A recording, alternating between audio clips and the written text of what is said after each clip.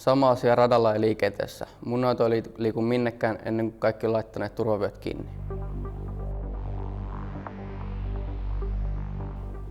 Liikennesääntöjen noudattaminen on meidän kaikkien turvaksi.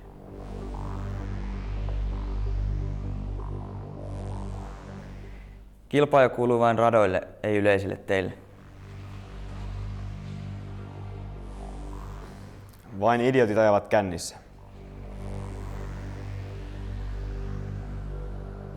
Lapset pitää olla kiinni vöissä, kun kuskiformulassa. Ajaminen vaatii keskittymistä niin radalla kuin yleisillä teillä. Tekstarit odottavat, kunnes olen perillä.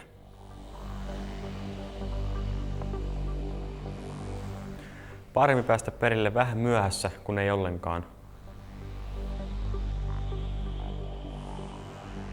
Kelkka tai kilpuri, käytän aina kypärä.